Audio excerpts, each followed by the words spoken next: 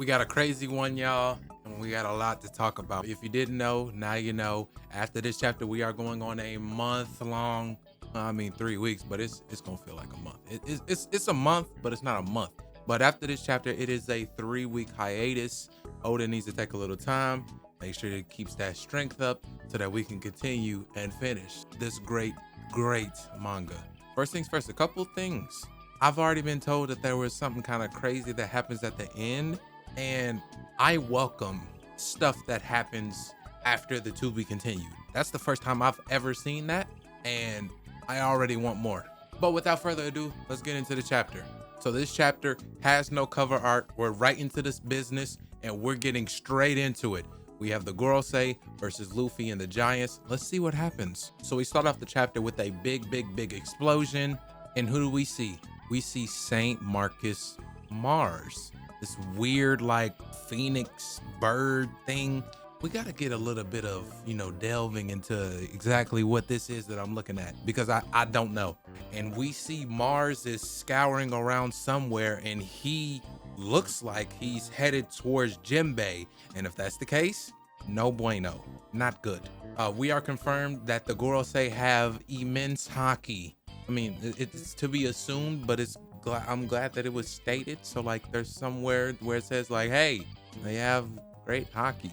This is crazy. And then now we have the fight between Zoro and Rob Lucci. Zoro does this crazy attack and looks like it finishes Rob Lucci, but he's still standing and he's still in his form. So is the fight over, or we're gonna see how this is gonna go? And yeah, fight's not over. That's just great. You have a member of the Gorosei heading towards you guys, or is in your area, and you trying to fight Zoro. Okay, I just want you to imagine this thing, like close your eyes. Imagine this. You are a member of CP0 and you open your eyes and you see Mars looking at you like, where's York? Like, what, bro? I had the same face as Rob Lucci. He's like, so Rob Lucci just fully snitches on the locations of everyone, but in that tells us how further that we are towards the ending of this arc. We have 6 minutes left, and it's getting crazy. I can't lie to you. And it seems like at least 2 out of the 5 Gorosei, I mean, if we can really look at it, they might all feel the same way, but they both have that.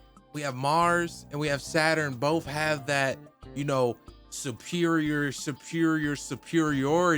factor that they feel about themselves in comparison to humans. He said the same thing when Rob Lucci asked him to help out Kaku, and he was like, it's hard when you're trying to exterminate the whole hive to, single out one insect. It's like, that's crazy.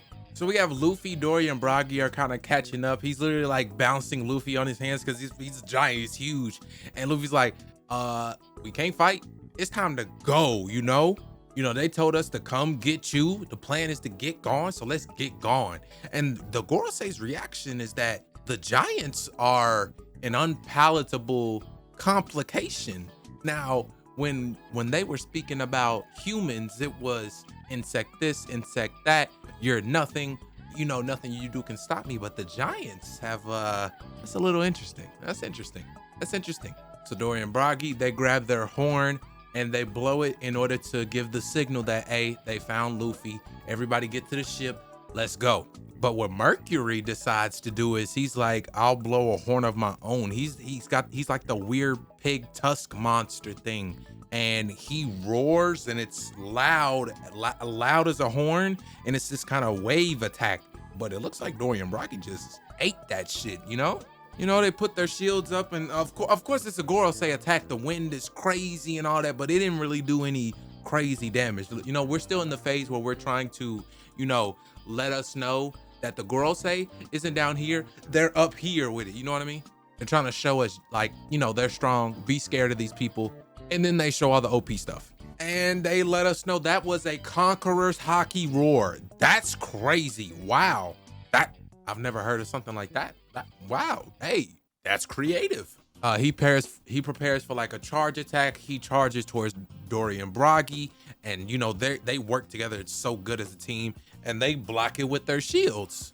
And I guess their like shield block attack has its own name. So I guess you know, their shields have their own nice little pizzazz to them. I guess they aren't just regular shields, or are they? I just want y'all to know, One Piece is so crazy for making Gear 5 a thing. Saturn is like, okay, if you want to rock with Luffy, I bet.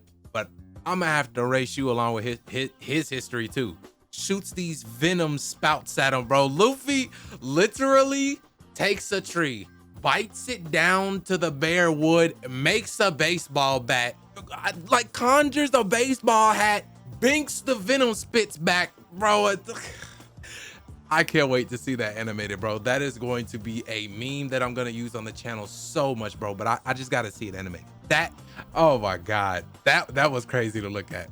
So we get a little bit of like, maybe, I wouldn't say like a plot drop or anything like that, because it hasn't been confirmed, but like Luffy says to Dorian Bragi, okay, like, you know, you see those fires?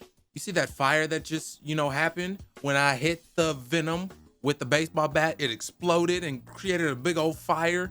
And then Dorian Bragi was like, yeah, they're dead for sure. All right, let's go. And then Luffy was like, nah, we need to go, because they don't die. They're immortal.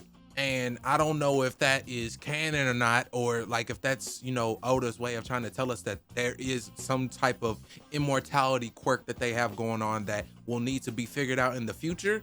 But that's what it seems like. So I'm gonna go ahead and take that into memory here, and we'll need to figure out how to get rid of that immortality of them, because this whole entire fight, they take damage, it heals back.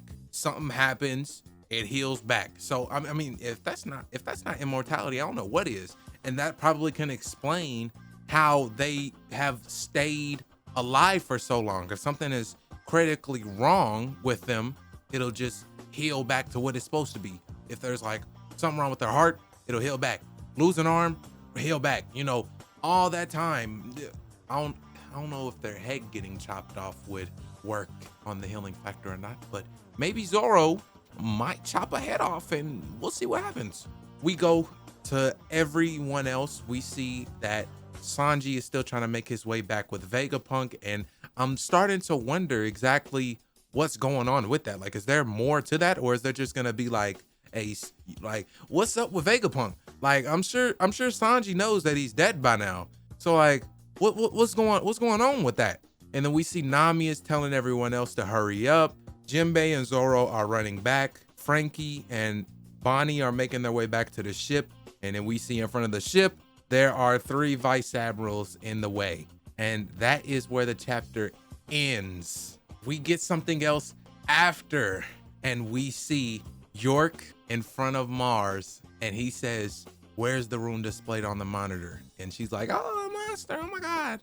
And we get like a cameo over to Kizaru, and this is like a double layered, you know, sentence. He says, like, there's doctors, like Navy doctors that are trying to heal him. It's like, hey, let us treat you. And then Kizaru was like, my wounds run deep. But he doesn't have physical wounds. It's not physical wounds. It's the fact that he just killed Vegapunk. It's not physical wounds that's his problem. And everyone's like, oh, okay, let me try to help. And he's like, just let me rest. And that shows, you know, even more onto what we already know before, that he didn't want to be here. He didn't want to do what he had to do. But he is a cog in the wheel, and he had to do what he had to do. And crazy plot drop on the Northwest Shore. The big giant robot, yes, the big giant robot is alive and handling business on the Northwest Shore.